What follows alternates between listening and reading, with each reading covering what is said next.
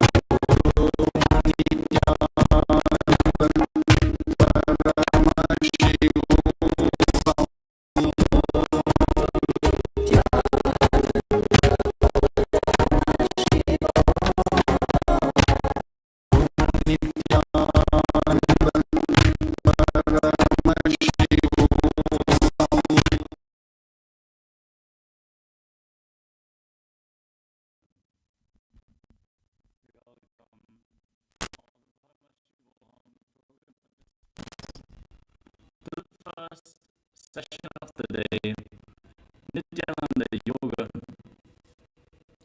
We're going to perform the Prata Vinyasakam and the Dvitiya Vinyasakam for 108 and 308 asana sequences. Requesting all participants to please settle down on the yoga mats. Have your panchapatam and Udani ready, 1 cup and a spoon and some water, follow which you holistic cleansing. Be seated in a comfortable cross-legged position. Keep your head and spine in a straight line. Join your hands in Namaskara Mudra in front of your heart center. Close your eyes, take a deep breath. Visualize Swamiji in your inner space as you open the session with the Sadguru.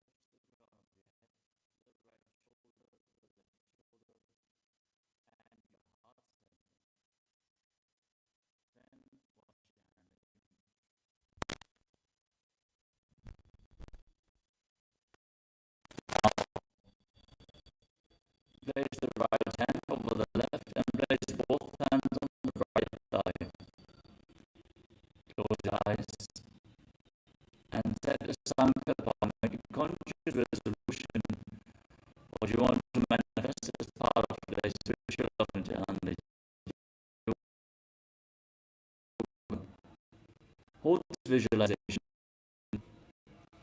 as we hold space to manifest the yogic body and Vedic mind and chant the Sankalpa mantra.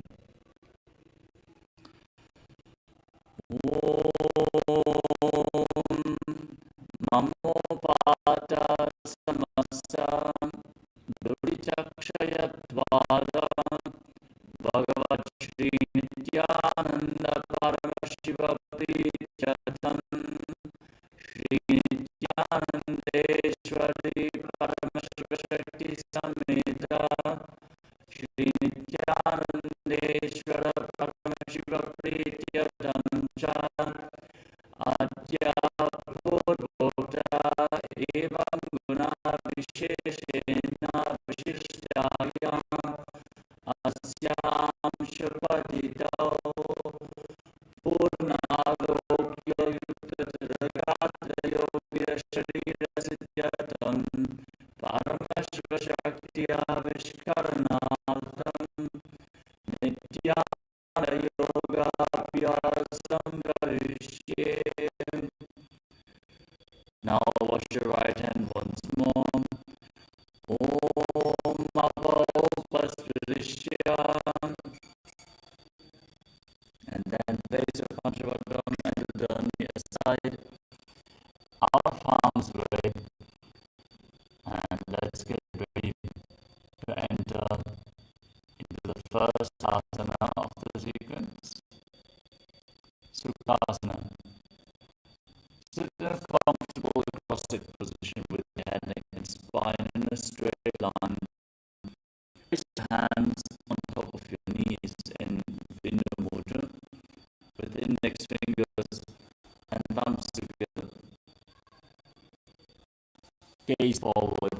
Engage Mahamudra, which is a combination of the Mula Bandha, the root lock, contracting your perineal floor around the anus and pulling it inwards. Intensely pull on your internal organs with all the bandhas. Pull your stomach in and out towards your spine and contract your abdominal muscles. This forms the abdominal lock, Uddiyana Bandha. Also lock your throat by pressing the chin firmly against your chest and internally contracting your throat muscles, which is the Jalandhara Bandha. These three bandhas, root lock, abdominal lock, and throat lock, form Mahamudra Bandha. Breathe in Samana Kumbhakam. Inhale fully and hold your breath firmly. Then exhale fully and again hold your breath after the exhalation. Meditate on the flame in your navel region. Intensify the samana within your body. Manifest your authentic identity just by increasing the samana in your body.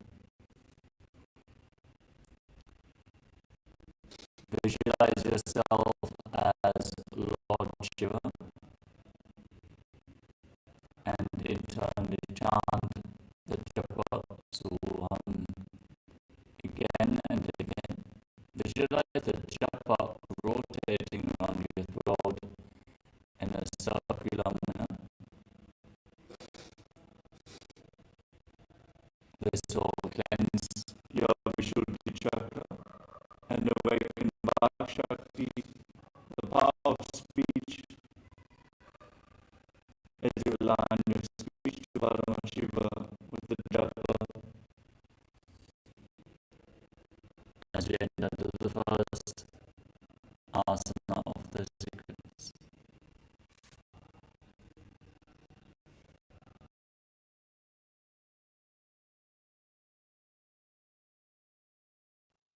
Sukhasana.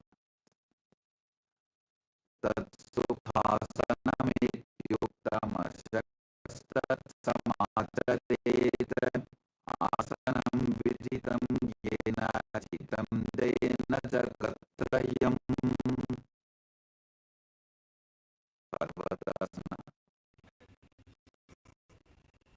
Now place your feet on top of opposite thighs. Sit in Padmasana. Join your palms and raise them up above your head in Anjali Mudra. Engage Mahamudra Bandha, all three bandhas, and visualize yourself as Mount Kailash.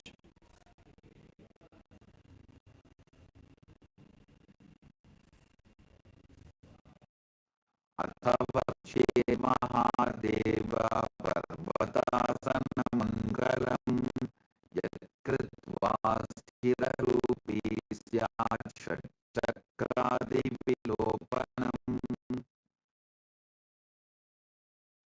Advaita. Now extend your feet out in front. Join the backs of your feet together. Interlock your hands behind your back and lean forward and down. Place your forehead on the ground.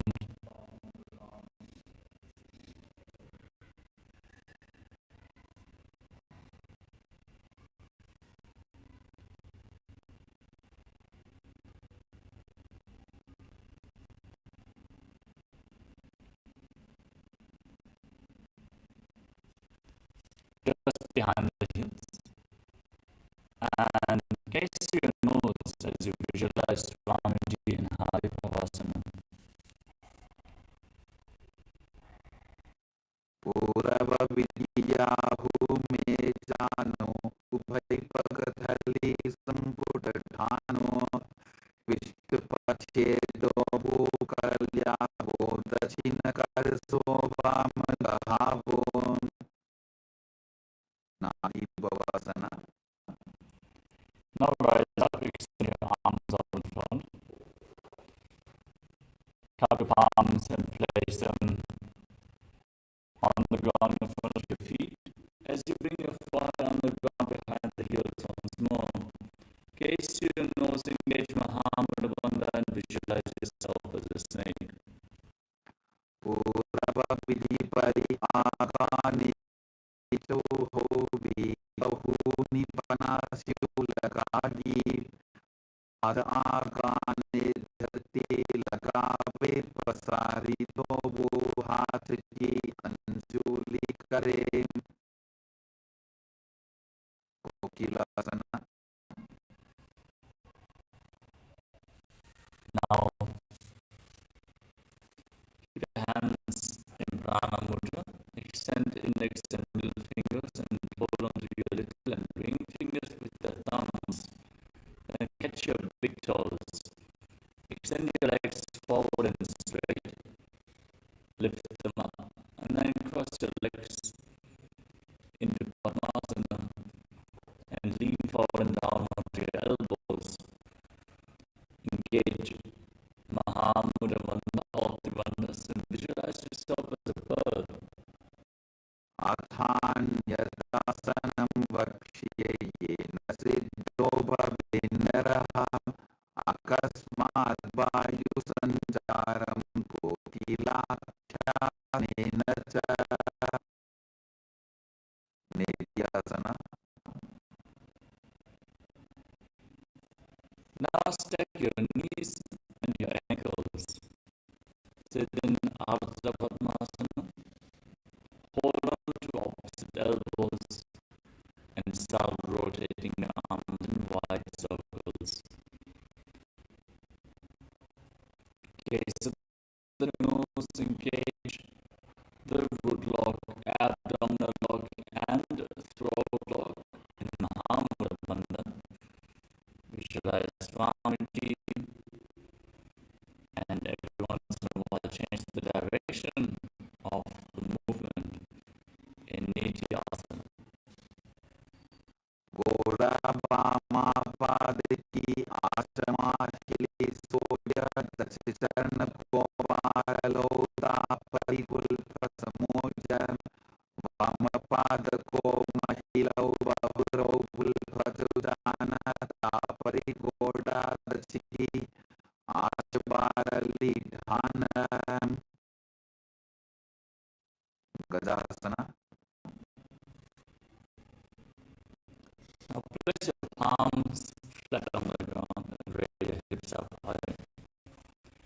Scoop your head and chest forward and down. Again and again, pulling your stomach in and up in the Dhyana Bandha and visualizing yourself as an elephant in Gajasana. Nyuktam padagre bhumau pritvalambi bhuyamastakagre nidayam nitambam urdhvamunnamaya nadilaksham bhumau nasikam aniyam. Uttarasana. Now, alternate pushing your heels to the ground, lifting the other heel up again and again. Engage Uddiyana and visualize yourself as a bear in your Vrikshasana. Ekaikam padamapunja gajanam kuryat vrikshāsanam bhavati. Varishasana. Now rise up. Stand on the tips of your big toes. Try to lift the other toes off the ground. Bring your hands to the chest.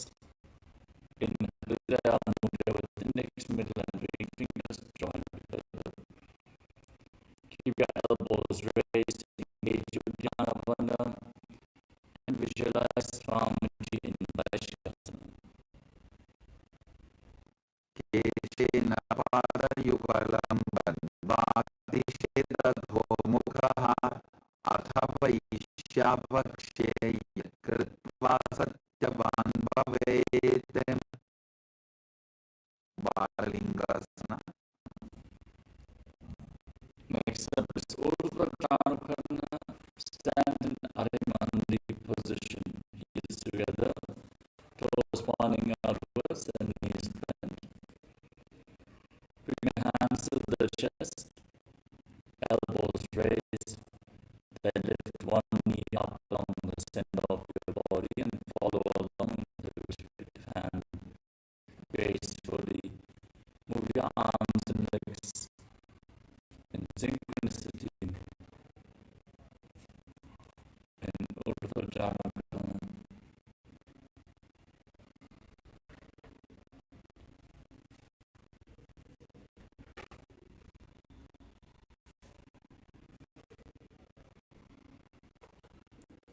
Moving on to Balalingasana.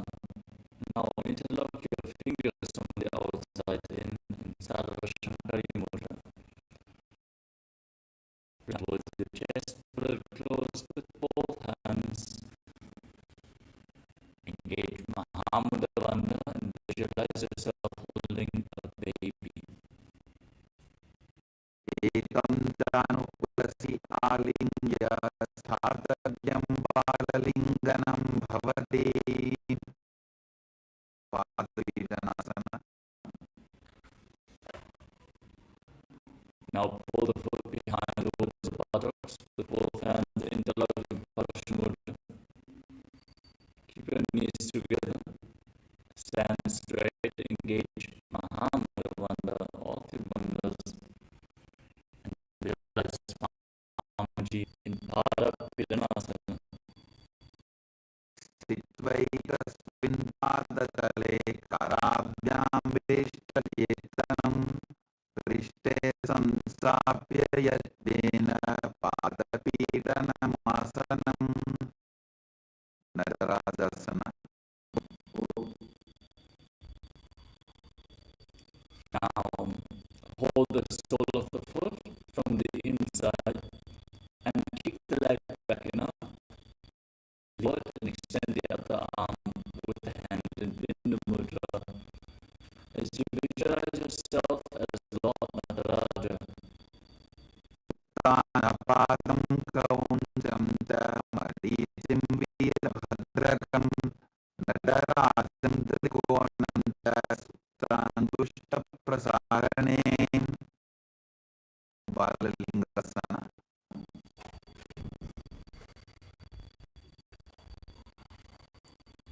Now, again, you have to figure out all the wonders engaged, visualizing yourself holding the baby. Ekam janu urasi alingya sadhavyam balalingam bhavati.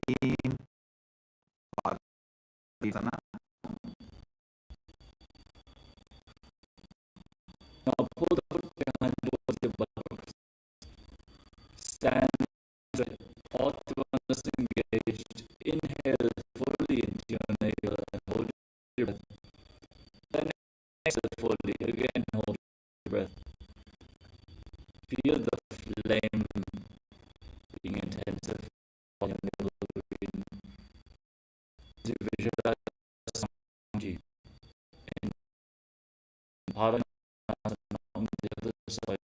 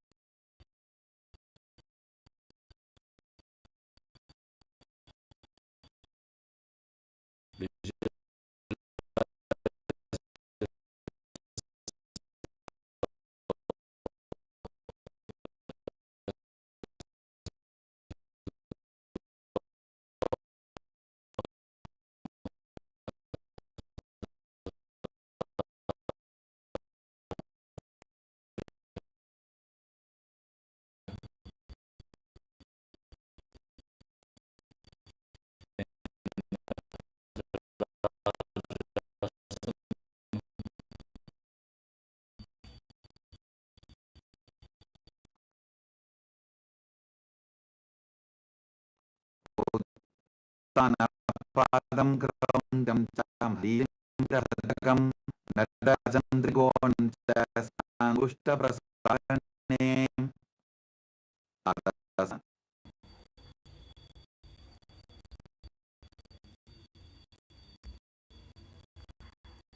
Moving on to Advaita from Paramashivoham. Heels together, toes pointing outwards, knees bent. Bring your hands to the chest, elbows raised, right behind left. And starting the right arm forward, like bend. Fully move your fingers one by one. Place your right over your nose. Arms your ankles left behind. Repeat on the other side.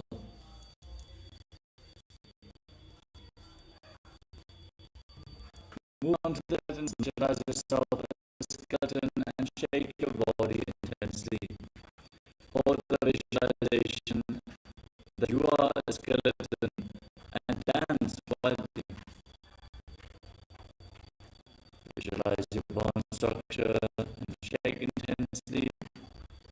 So bold integrity into your very bone marrow.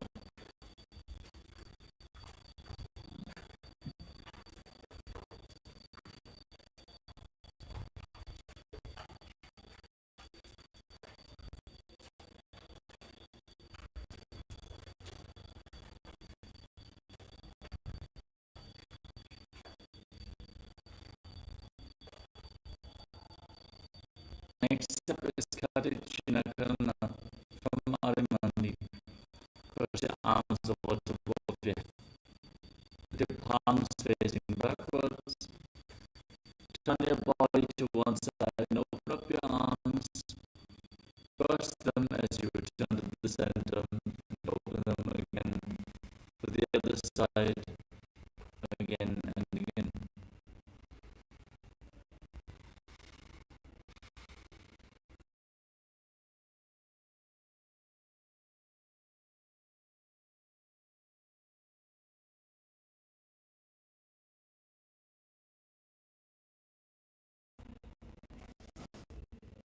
Next up is Tadasana.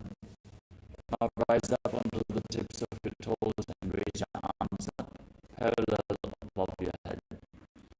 Engage Mahamudavanda or Bandhas. Visualize yourself as a palm tree. Breathe in Samana Kumaka. Inhale, exhale fully and hold your breath after each in and exhalation. Meditate on the flame and inhale and internally chant Paramashivoham in Tadasana. महामुद्राबद्धपूर्णौ ताडासनविभेदकान् विनोत्तानं सदा कुर्यादन्तर्वत्निपरिप्रियाम् उत्तानासना. Now lean forward and down and place your palms on the mat if you can. If you cannot reach the floor, no problem. You can hold on to your calves or your knees and pull yourself down just a little bit more. Bend from the hip.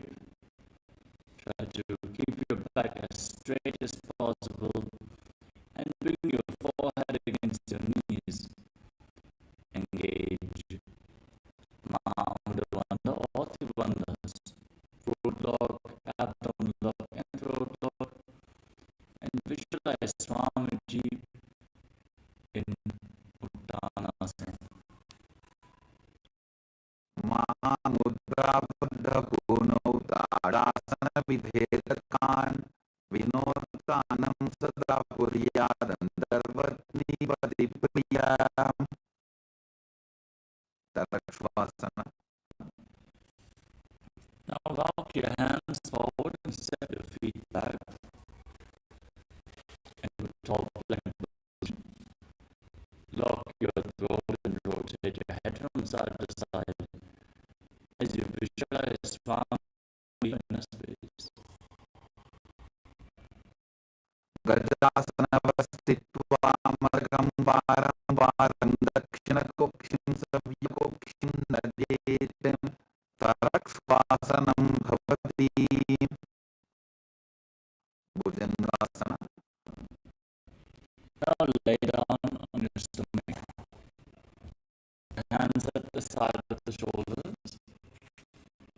Then lift your head, roll your back up, raise your head and chest by the strength of your lower back.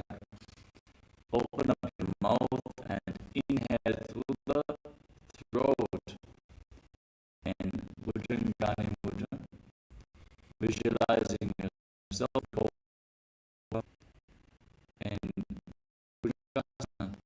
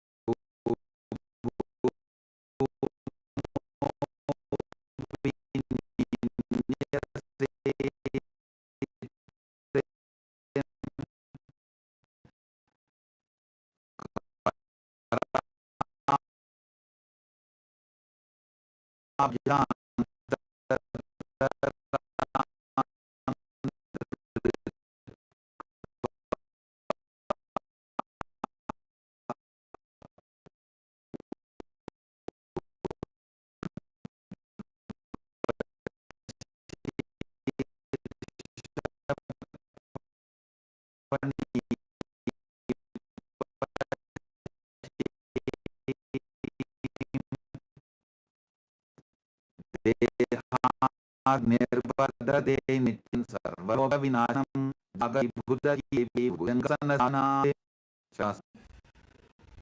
Now push yourself back up into a plank and alternate pulling your knees towards your chest back and forth. Visualize Swamiji as you start breathing in Sahasrara Kumbhaka. Inhale through your nose, the prana along your spine, and hold it along the various energy centers of the spine in Shashasana. गजासन संस्थितो जानुद्वयमापुञ्च वारं वारं कर्तव्यं शशासनं भवति. तथासना. Now step 1 foot forward in between the two hands. Then alternate jumping your feet forward and back again and again. Change the position of your feet as you visualize yourself pulling a chariot. Breathe calmly through your nose. गजासन संस्थितो एकैकं वारं पूर्वमार्गेण धारयित्वा कर्तव्यं तथासनं भवति. Virabhadrasana. Now rise up. Keep one foot at the front, the other foot far back. Back toes facing sideways. Bend the front knee at a 90-degree angle and raise the arms up parallel above your head. Engage Uddiyana Bandha, the abdominal block, and gaze towards your third eye. As you visualize yourself as Lord Vidavata in Vidavatasana. वासिष्ठमतकौण्डिन्यम् ऊर्ध्वपुडमेव च अष्टावक्रमथोत्थानं मयूरं सेतुबन्धनम् उत्थानपादं क्रौञ्चं च मरीचिं वीरभद्रकं नटराजं त्रिकोणं च सुप्ताङ्गुष्ठप्रसारणे. Virabhadrasana. Now exchange the position of your feet. Again, bend the front knee, raise your arms up, pull your stomach in and out, gaze towards your third eye, and visualize yourself having 8 arms as Lord Vidavata. वासिष्ठमतकौण्डिन्यम् ऊर्ध्वपुडमेव च अष्टावक्रमथोत्थानं मयूरं सेतुबन्धनम् उत्थानपादं क्रौञ्चं च मरीचिं वीरभद्रकं नटराजं त्रिकोणं च सुप्ताङ्गुष्ठप्रसारणे vrikshasana.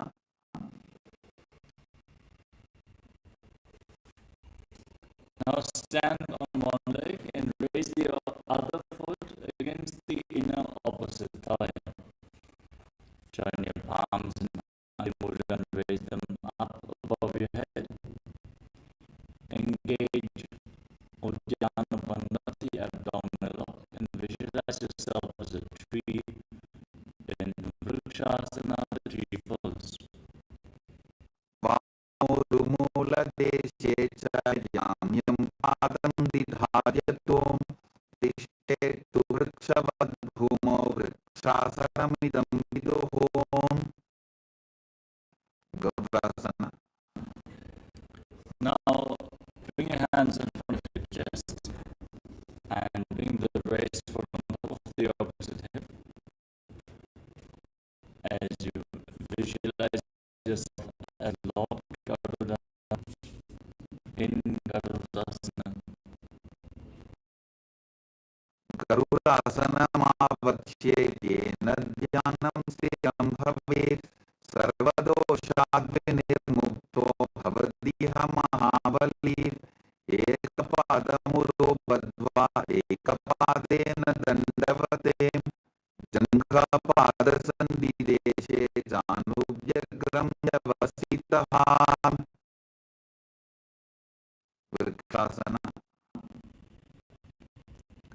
Now exchange the position of your feet, raise the other foot up towards the inner opposite thigh and join your hands in Anjali Mudra and raise them up. Engage Uddiyana Bandha. Put your stomach in up. Breathe calmly and deeply as you visualize yourself as a tree.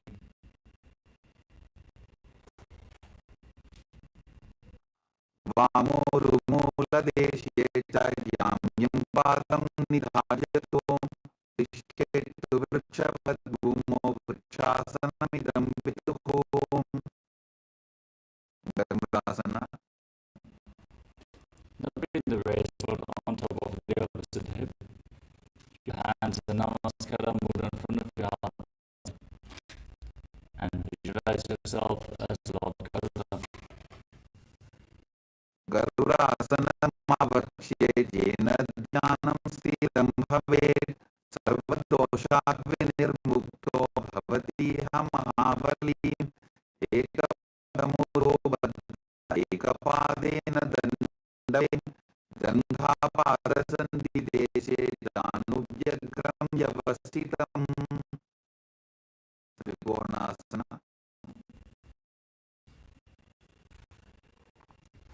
Now step one foot forward, the other foot far back. Back toes facing sideways. Extend your arms out parallel to the ground. Lean forward and down.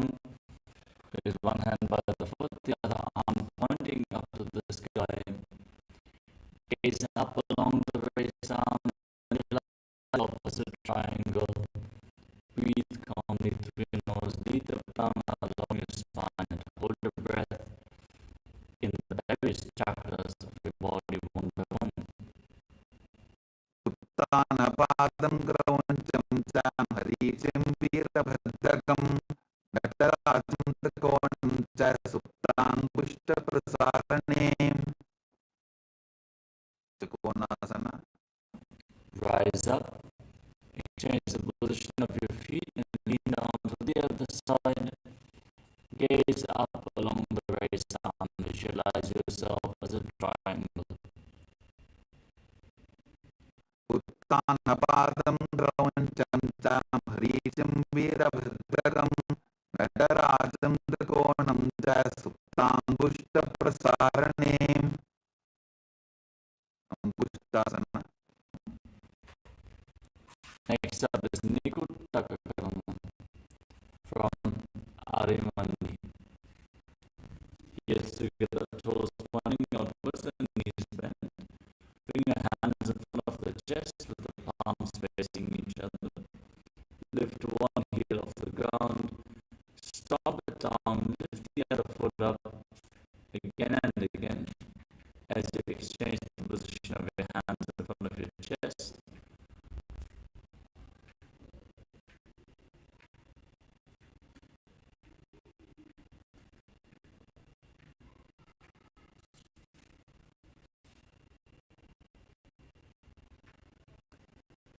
as you move on to Angushtasana.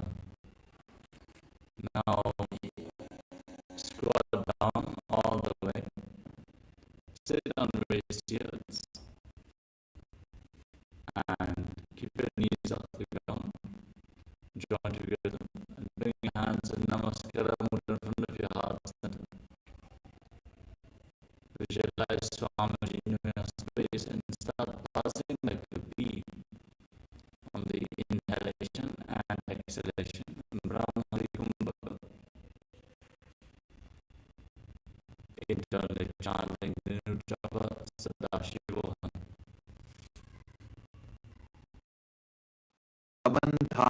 बन्धासनमित्याहुः भूरक्षासनमेव च अङ्गुष्ठमुष्टिकं ज्ञेयं ब्रह्मप्रसादितं तथा Saulasana.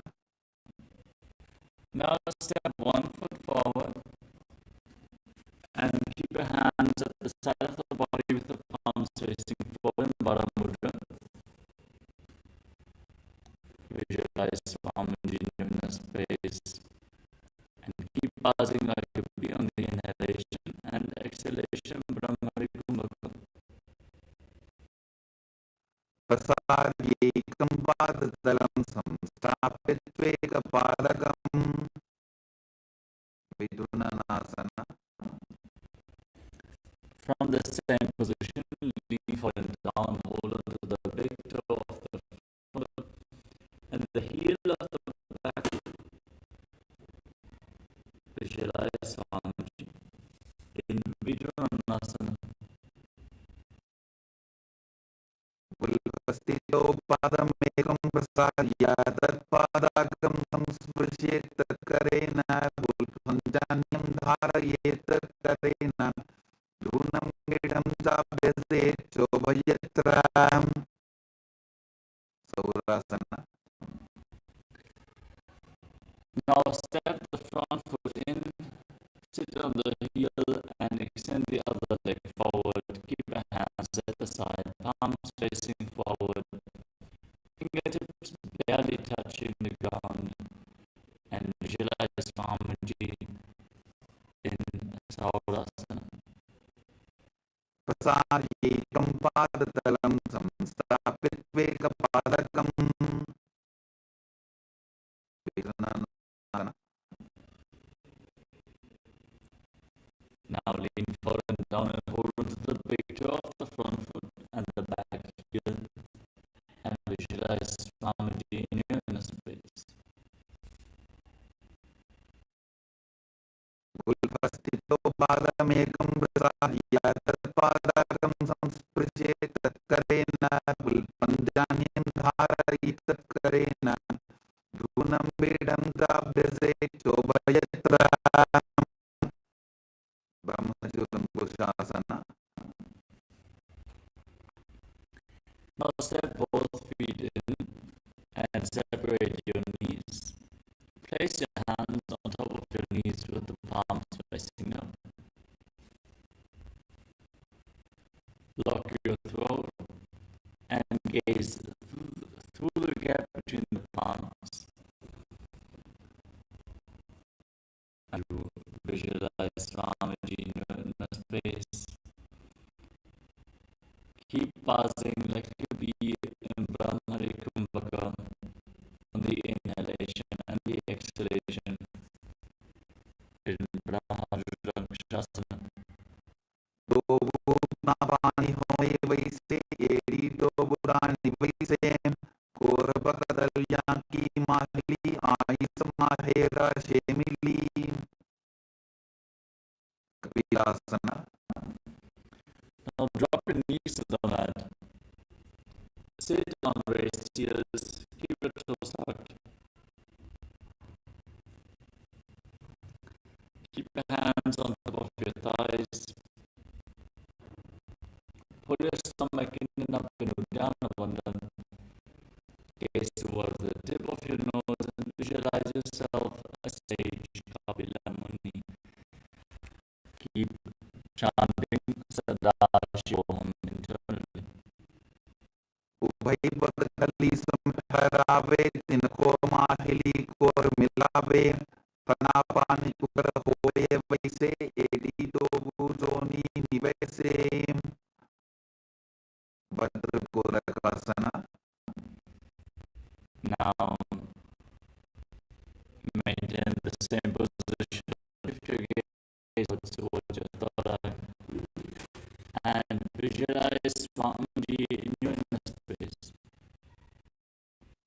Dovupadali samputakare koravarali bhupadithare koravarali raphe raparivarali kivase Suryasana. Now raise your heels off the ground. Join the thumbs and little fingers and open up your palms, resembling a lotus flower in Pada Mudra. Keep your knees wide apart and raise your arms up straight above your head. Gaze up through the gap between the palms. Gaze one another and visualize those three in your space. Edi dovupada triyane pranavani बैठक निठाने गोलारंग आधर करी रहे आड़े वाम इसी विधि कहे मंडूकासना. Now drop down to the ground, place the top of the feet flat on the mat and keep your toes touching behind your back as you sit in between your heels. Keep your hands on your knees. Press your tongue up firmly against the palate of your mouth, the Mandukya Mudra. Gaze towards your third eye. Visualize yourself as a frog. Stop buzzing. Now just breathe calmly through your nose. And lead the prana along your spine and Sahara Kumbhaka in Mandukasana. पादतलो पृष्ठदेशे अंकुष्टे द्वैत संस्पृशेते दानो युग्मं पुरस्कृत्य साधये मंडूकासनम्.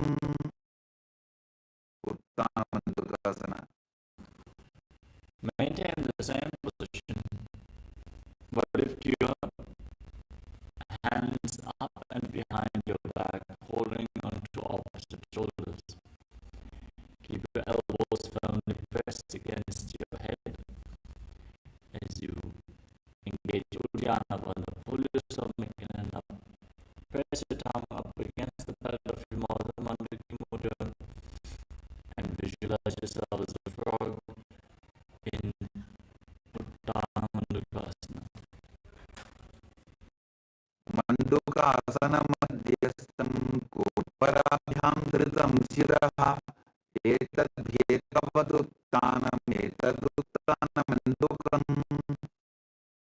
सिंहासना. Now cross your feet and sit on the raised heel. Place your hands on your knees. Gaze to the tip of the nose. Stick your tongue out and exhale forcefully through your mouth again and again. As you visualize yourself as a lion in Simhasana. दक्षिणं सव्यगुल्फेन दक्षिणेन दधेतरं हस्तौश्च चाङ्गो संस्थाप्य स्वाङ्गुली च प्रसार्य च. भद्रासना. Now join the soles of your feet together. With the toes pointing backwards, your knees wide apart. Sit on the heels. Cross your arms behind your back and hold on to opposite big toes in Prana Mudra. Lock your throat in Jalandhara Bandha. Gaze towards the tip of the nose. Visualize Swamiji in your inner space and again start buzzing like on the inhalation and exhalation. Brahmanikumbhaka in Vajrasana.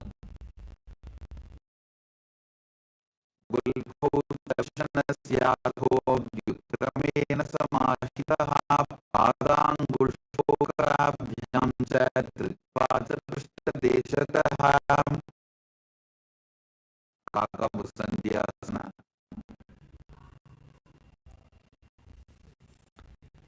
Now, place your palms on the ground in front of you. Bring your knees onto your arms towards your armpits.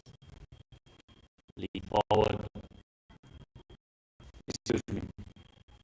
With the feet flat on the mat, the knees raised, bring your hands in between the legs and wrap them around behind your back. Try to interlock your fingers behind your back in Paramashivoham, gaze towards the tip of the nose and visualize yourself. Keep pausing like a bee. प्रथमे वयस्को उकड़ठाने डोगो हाथ पगमवी आने तिनको मोडिनल्यापल्यावे शपथे आकसी करावे कानिपोआसना.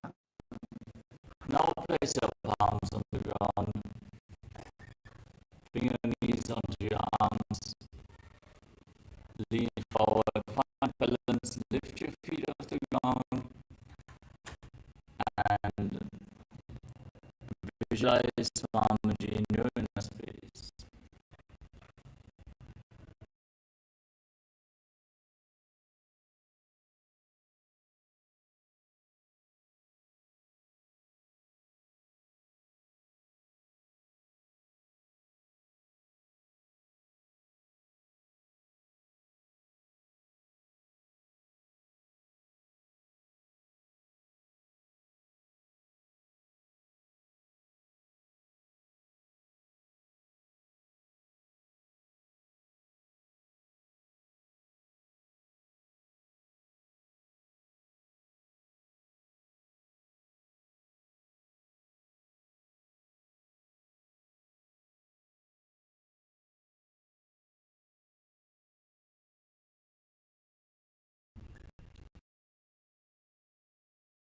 आसन कोवण आशीत शिता होई तो आसी होई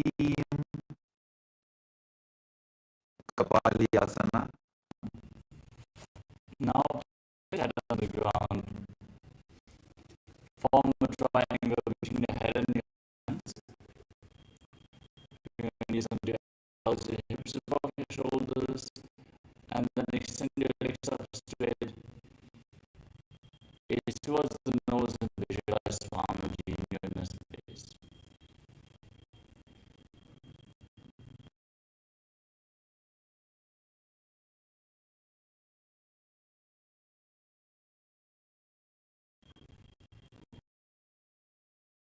शीश शीशा धरती टेकी पगदो भूमि लिवा उता पुकदे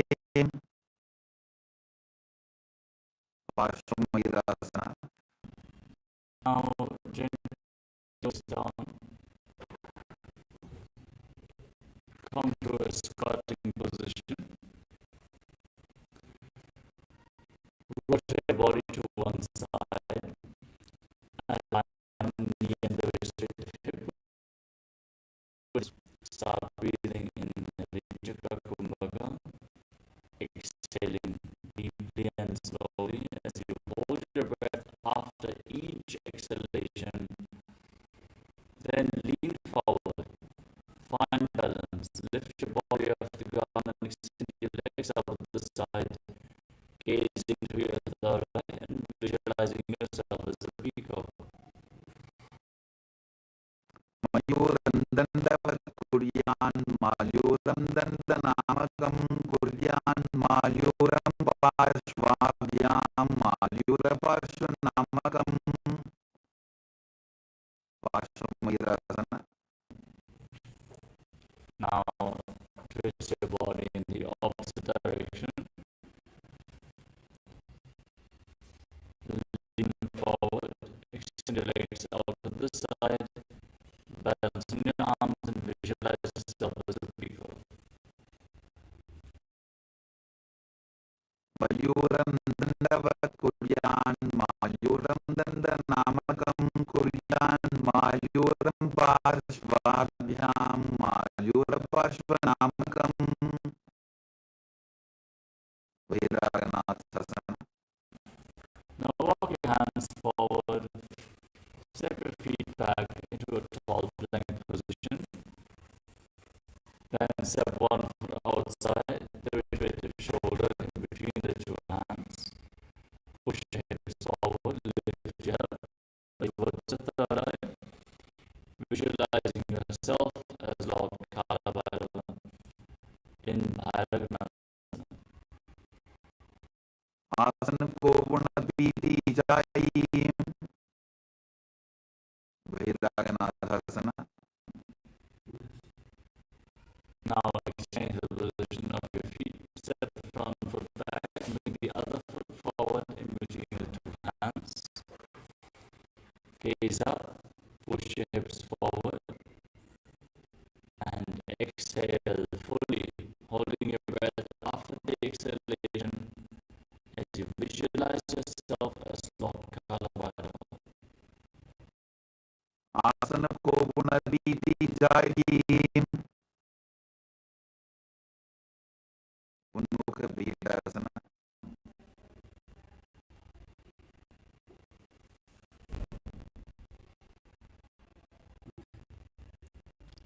Now,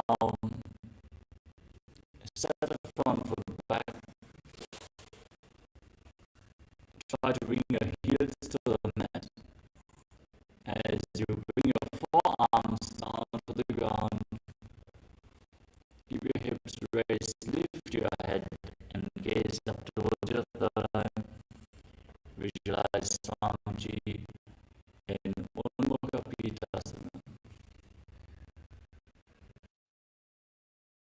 Bhunistau janani hastau chadushpadamamangoham Utthapitangriyubalakatistalamabhyarukam Vasishthasana. Now rise back up onto your hands and rotate your body, lifting one arm straight to the sky. Gaze upwards along the right arm and visualize yourself as Sattva Shishta. Exhale and hold your breath in Rechaka Kumbhaka. Urdhva-Vasishta-Marija-Halamatsya-Kam Parivrittim Chodasya Vivitam Dhanurasanam Vasishthasana. Now rotate your body in the opposite direction. With the other arm up, gaze up and visualize yourself as Sattva Shishta. Vasishta-Marija-Halamatsya-Kam Parivrittim Chodasya Vivitam Dhanurasanam Anjaneyasana. Now come to a seated position with the legs extended forward. Bring your hands underneath the butts with them facing up. Elbows close to your body. Lock your throat in Jalandhara Bandha, the throat lock, tuck. Gaze towards the tip of the nose. Exhale and hold your breath. Internally chant the new japa, Paramashivoham, and visualize yourself as Lord Hanuman in Anjaneyasana.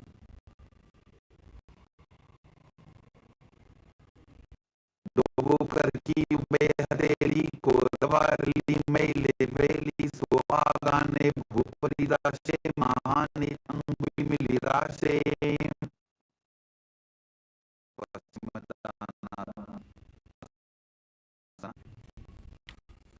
Now lean forward and down and hold on to your big toes and palm with the index and middle fingers.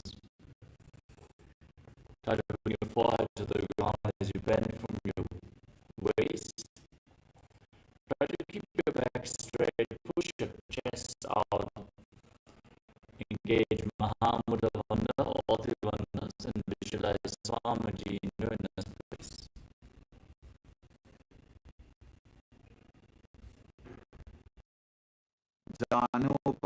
ललाडन्तु पश्चिमं त्राणमुच्यते येन केन प्रकारेण सुखं धार्यं जायते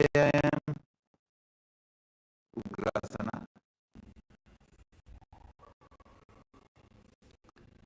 Now interlock your hands around your neck. Slightly separate your knees and lean forward and down. Bring your head down in between the legs. Engage all three windows. Squeeze your core intensely as you visualize Kali in Ugrasana. स्वपाणिभ्यां दृढं धृत्वा जानुभरिशिरोऽन्यसेत् आसनोऽग्रमिदं प्रोक्तं भवेदनिलदीवनं देहावसानहरणं पश्चिमोत्तानसंज्ञकं ययेत् तदासनं श्रेष्ठं प्रत्यहं धारयेत् सुधीः. परिचयासना. Now step one foot in towards your body and keep the knee raised. Wrap your respective arm around the raised knee and interlock both hands behind your back. Lean forward and down and visualize yourself as Sage Marichi. As you exhale and hold your breath and engage the Mula Bandha. उत्तानपादं क्रौञ्चं च म्रीचं वीरभद्रकं नटराजं त्रिकोणं च सुप्ताङ्गुष्ठप्रसारणे. महामुद्रासना. Now drop the waist into the side. Keep the heel firmly pressed against your knee and lean forward and down. Hold onto the front foot with both hands. Exhale, hold your breath, gaze to your nose, visualize Swamiji.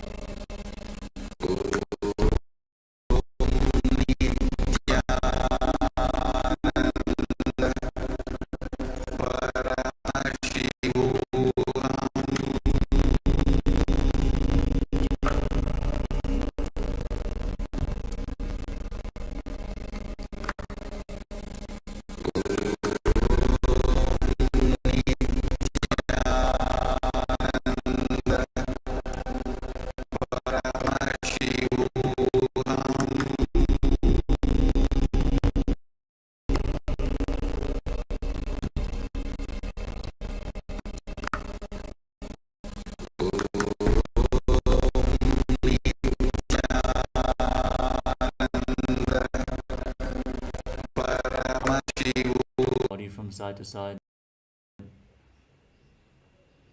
Slowly return to a comfortable seated position.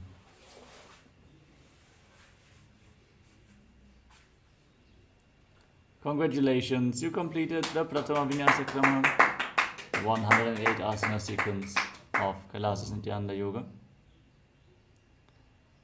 Let us now get ready and move on to the next asana of the Dvitiya Vinyasa Krama.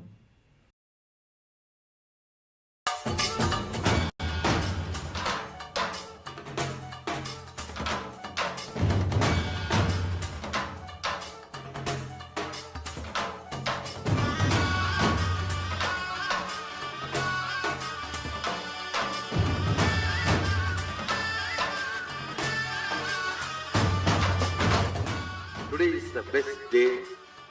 Sadashiva appears for Brahma and Vishnu early morning in the form of light shaft. Means the consciousness which is beyond time and space enters into time and space.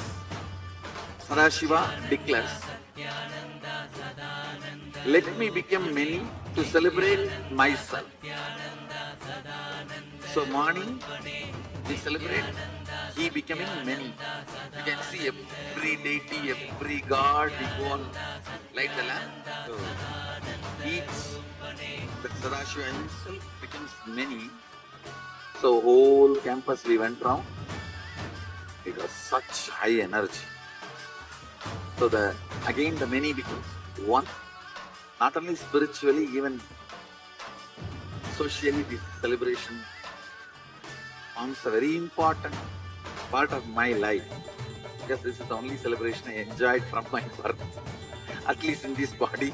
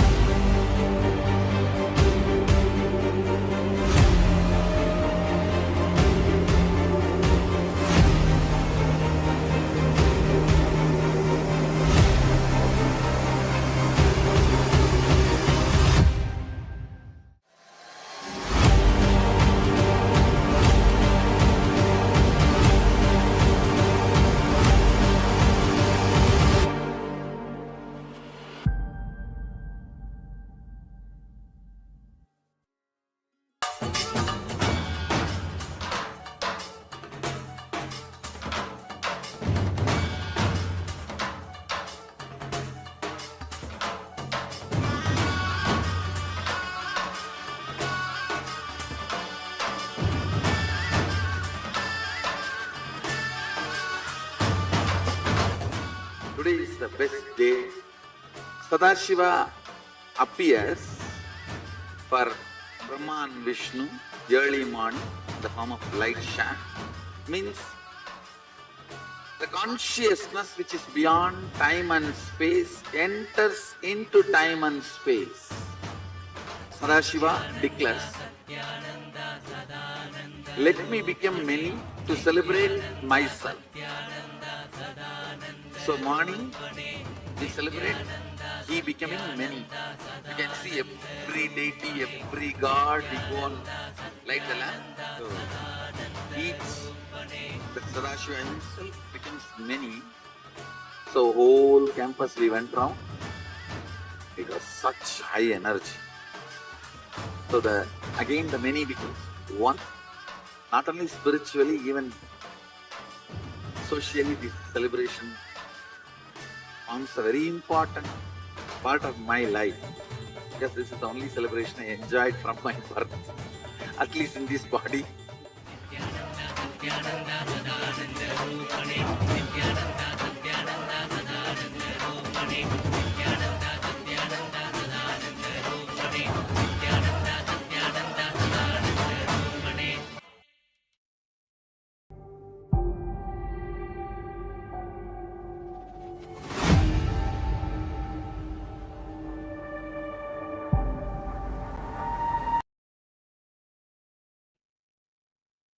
नित्यानन्दं परमस्पदं केवलं ज्ञानमूर्तिं द्वन्द्वातीतं गगनसदृशं तत्त्वमस्यादिलक्ष्यम् एकं नित्यं निर्मलमचलं सर्वधी साक्षिभूतं भावातीतं त्रिगुणरहितं सद्गुरुं तं Namami.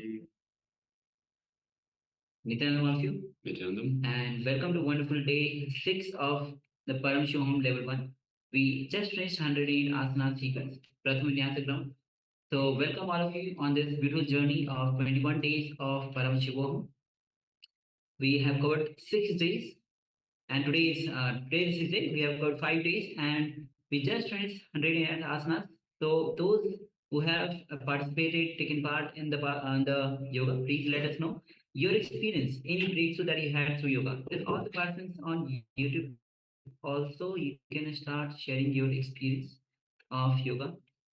Nityananda Yoga is the essence of millions of yogi scriptures that Swamiji has given to all of us to radiate enlightenment. Swami says, Yoga, Nityananda Yoga is to align your body to the cosmos. Through yoga, one becomes, it is divine who enters into man, not man enters into divine. To give you that super conscious breakthrough. And after you're filled with that energy through yoga, this is the right time that we start manifesting the powers of third eye. So we'll be entering into the powers of third eye, manifesting, seeing picture blindfolded. This will be the power that we'll be starting with. And as the day progresses, we will be entering into different power. So let's get ready. Meanwhile, as we enter into the SUPREME, which is a scriptural reference for manifesting the powers of third eye, you can get ready with a blindfold to cover your eyes as you'll be manifesting, seeing picture blindfolded. So you can get ready with the blindfold, or if you don't have the blindfold, you can have the piece of cloth to cover your eyes. Meanwhile, let's enter into the SUPREME. कपालान्तर्मनो यस्य तिष्ठन्मीलितलोचनः क्रमेण मनसोधार्य लक्ष्ये लक्ष्यमुत्तमम्. Translation of this verse goes as, by fixing the mind on the inner space within the ground center and sitting stably without any movement, having the eyes closed in succession, by that stability of the mind and the inner space, through the power of third eye, one directly sees the ultimate goal, Laksham, by having the vision beyond the sight that reveals any object or place, attaining the space of oneness with the source Paramashiva. With this, let's get ready to manifest the path of third eye. You can cover your eyes with the blindfold, and also requesting in the Zoom we have participants with iPad. Could you please rename yourself with your name, ma'am? Yes, Margarita. If you could please rename yourself to your name. Yes. So at the moment it's just written iPad. And all the participants on the YouTube, you can start with your eyes closed, covered with the blindfold. We are about to enter into the power manifestation. Yes, so let us put on the eye bands. The eye bands, if you don't have an eye band, any piece of cloth that is opaque in nature will do, such that you cannot see through this cloth. So let us put on the eye bands or the cloth. And let us sit comfortably with the head, neck, and spine in a straight line. This facilitates the up and down movement of the Kundalini Shakti. So the free movement of the Shakti, Kundalini Shakti in your body. And let us just take a couple of deep breaths in and out. So just follow me, breathing in and out. And as we breathe out, just breathe out all the tiredness, anything that is on your mind, just breathe it out. Just come to the space of awareness, calmness. So let's just take a few deep breaths in. Breathe in and breathe out. And feel more relaxed as you breathe out. And once again, breathe in and breathe out again. And feeling more and more relaxed. And calm and calm. And breathe in one more time. And breathe out. Now let us unclutch from anything the mind is throwing at us. So we come towards a calm, relaxed mind. Let us unclutch anything else that comes to mind, internal or external, any thoughts, any emotions, any disturbances from the outside. Let us just unclutch. That is, just become a witness. You're a witness to everything that happens. This is not you, this is external to you. You are calm and collected in the space of restful awareness. Any thought comes, just be a witness, let it go back down. Any disturbance, just be a witness, let it die down. Again and again, unclutch and unclutch, come to the space of unclutching, the space of restful awareness. Now let us move our awareness to the inner space, our inner space, the Ananda Ganda, which is just below the heart. And in the Ananda Ganda, let us visualize Swamiji. Let us invoke Swamiji just by remembering Swamiji in your Ananda Ganda. Invoke the Master in our inner space. So you can visualize your favorite murti, your favorite image of Swamiji, the one that you feel most connected to. Just visualize that in your inner space and connect to it. And as you do so, feel the connection strengthening. Through this connection, you feel Swamiji's love, his compassion, and his infinite grace showering upon you. Just take a moment and enjoy this space. Enjoy all of that.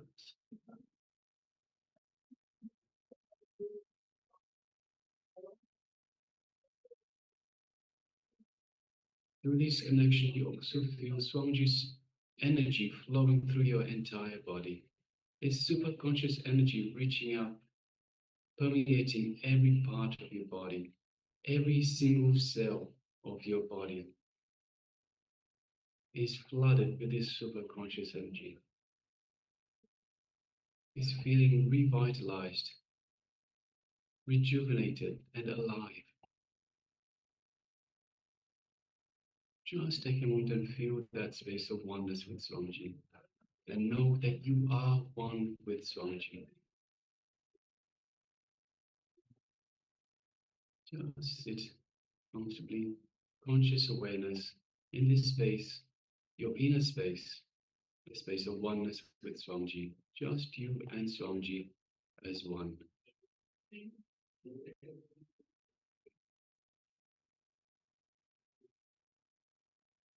Now from this space of oneness, let us move our gaze to the third eye and just gently gaze through the third eye into Swamiji's third eye.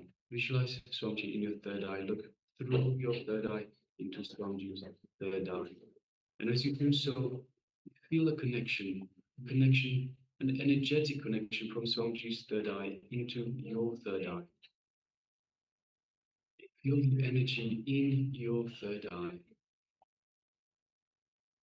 as Swamiji is awakening and activating your third eye. Just sit and feel that for a moment. Just being restful awareness. Just sit comfortably and feel that energy in your third eye. Now let us start chanting the Mahavakya. Om Nityananda Paramashivoham. Om Nityananda Paramashivoham.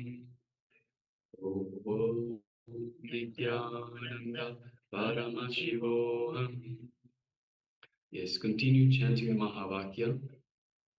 And from this space of oneness with Swamiji, let us start manifesting this power of third eye vision. The image is being displayed for you now. Let us begin.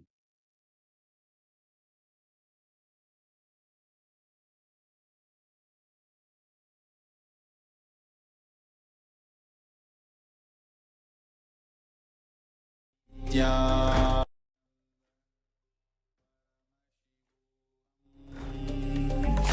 Om Nityananda Paramashivoham. Om Nityananda Paramashivoham. Om Nityananda Paramashivoham. Nityananda Paramashivoham. Om Nityananda Paramashivoham. Om Nityananda Paramashivoham. Om Nityananda Paramashivoham. Om Nityananda Paramashivoham. Om Nityananda Paramashivoham. Om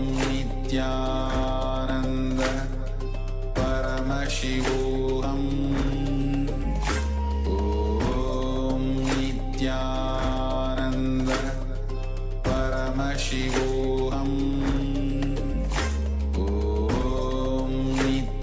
Nityananda Paramashivoham.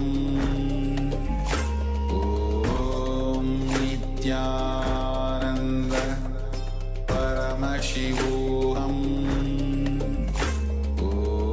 Om Nityananda Paramashivoham. Om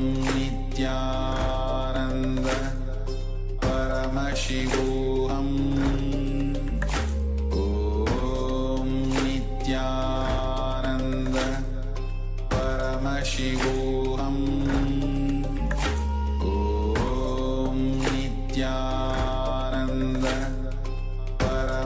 Paramashivoham.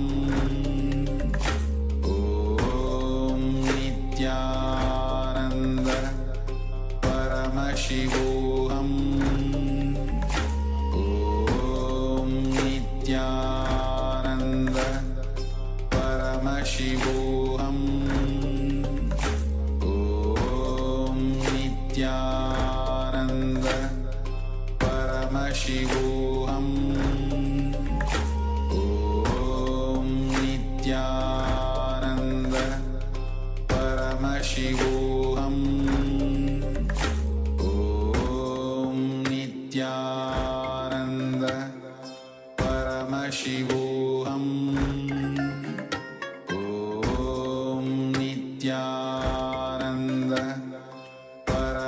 Paramashivoham Om Nityananda Paramashivoham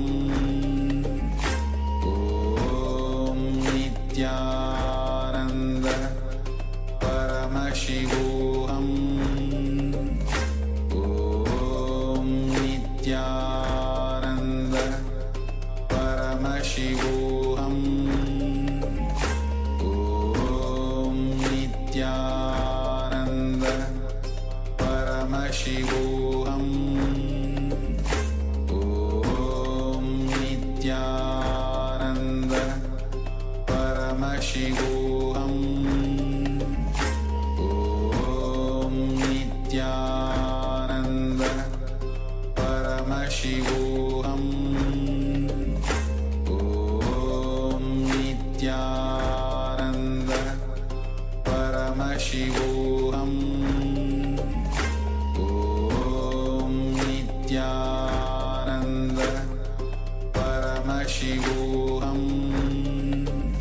Om Nityananda Paramashivoham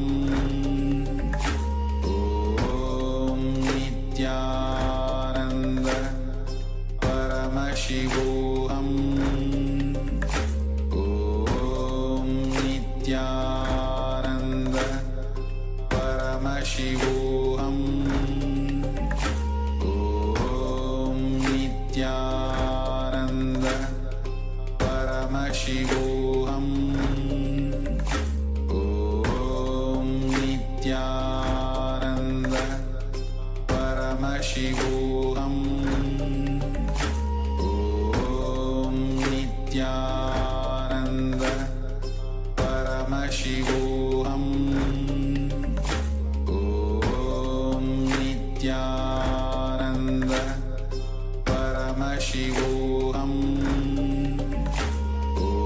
Om Nityananda Paramashivoham Om Nityananda Paramashivoham Om Nityananda Paramashivoham Om Nityananda.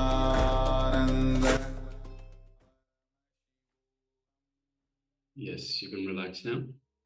Slowly, very slowly, you can remove your eye bands and lightly, just gently, let the light come back into your eyes.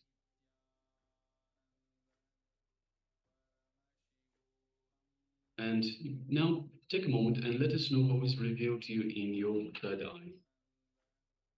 Meanwhile, we welcome some participants that have just recently joined us. We have Ma Yan Hong, Nityananda, and welcome. We have Ma Amrita Vandini, Nityananda, and welcome. We have Ma Kaylee Wang, Nityananda, and welcome. Ma. And of course, we have Ma Gita. Also, Ma Gita, if you could please rename yourself. So at the moment, I read iPad. So if you could please rename yourself to your name, that would be fantastic. Thank you, Ma. So for those of you that have just joined us, we have just gone through the first round of power manifestation. We'll shortly start with the second one, just waiting for participants to share. So participants that have been with us both on Zoom and on YouTube, if you could all please let us know if you've taken part in this power manifestation. Let us know what was the result, what was being shown to you in your third eye. So we displayed an image for you, and through the power of third eye, through the power of blind vision, we requested you to let us know the image that we displayed for you. So through third eye vision. So just take a moment and share with us, please.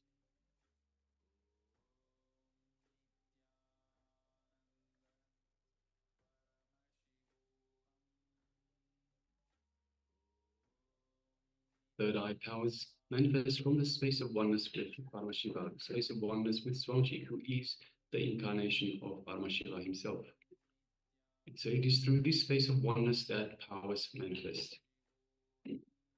So it is important that we don't let the mind get in the way. So that is why at the start we unclutch from the mind, from any thoughts that the mind throw at us.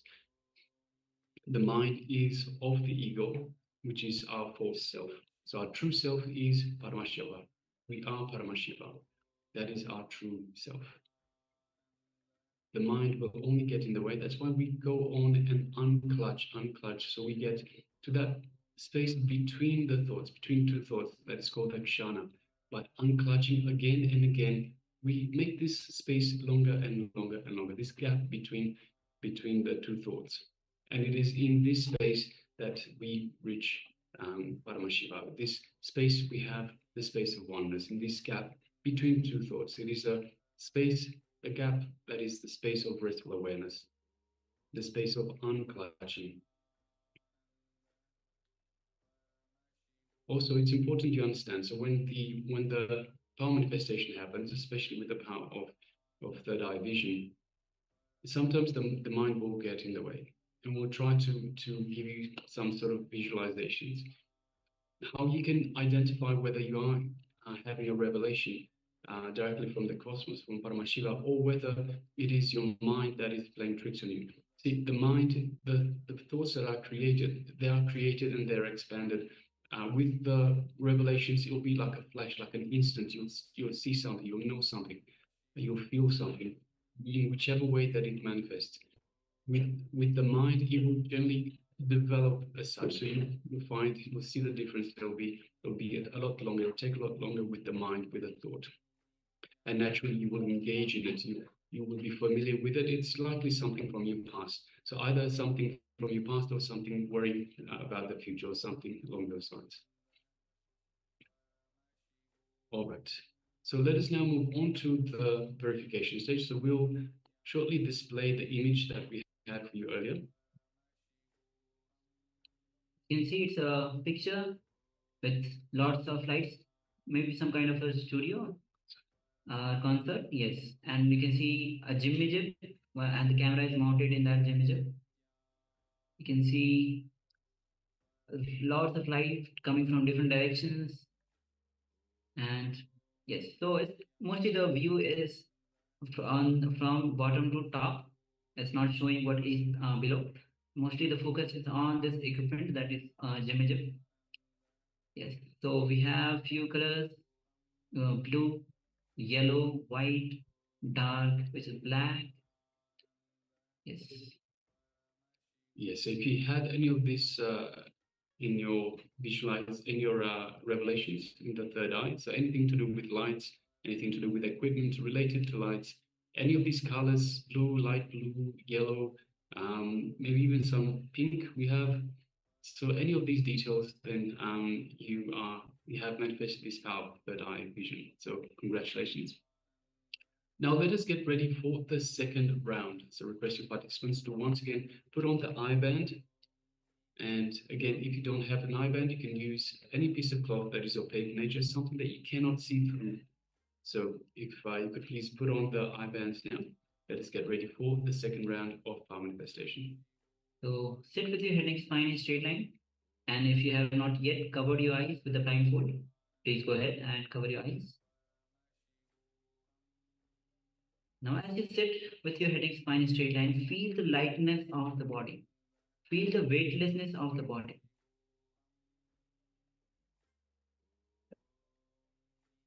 Now, visualize Swamiji in your inner space.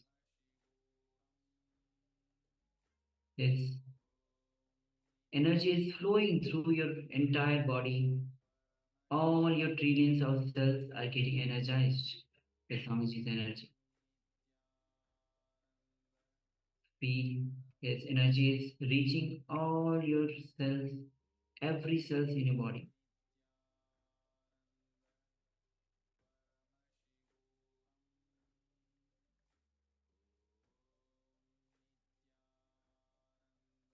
His love and compassion, His infinite grace is radiating through you.